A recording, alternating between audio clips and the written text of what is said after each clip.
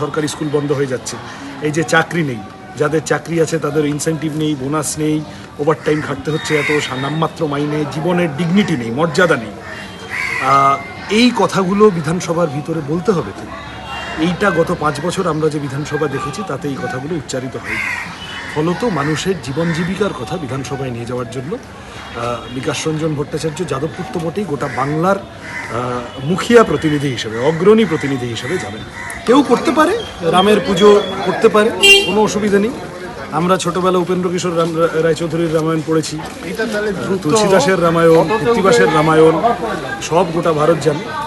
কিন্তু ওই যে অনুষ্ঠানটা তুমি রেফার করছো, আমি দেখলাম একটা ভিডিও ঘুরছে যে কতগুলো বাচ্চা ছেলেমেয়ে চ্যাং মাছের মতো লাফাচ্ছে আর বলছে মাওবাদীদের বাবার নাম জয় শ্রীরাম, জয় শ্রীরাম।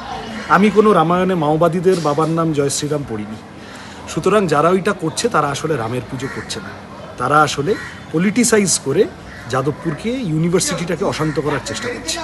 এটা কেউ করলে সেটা মানে এই পলিটিসাইজেশন অফ রাম, এটাকে কমব্যাট করাই উচিত। যাদবপুরে বিকাশ হবে, গুন্ডারাজের বিনাশ হবে, তোলাবাজের বিনাশ হবে, দাঙ্গাবাজের বিনাশ হবে, লুটতরাজের বিনাশ হবে, যাদবপুরে বিকাশ হবে, কোনো অসুবিধা নেই।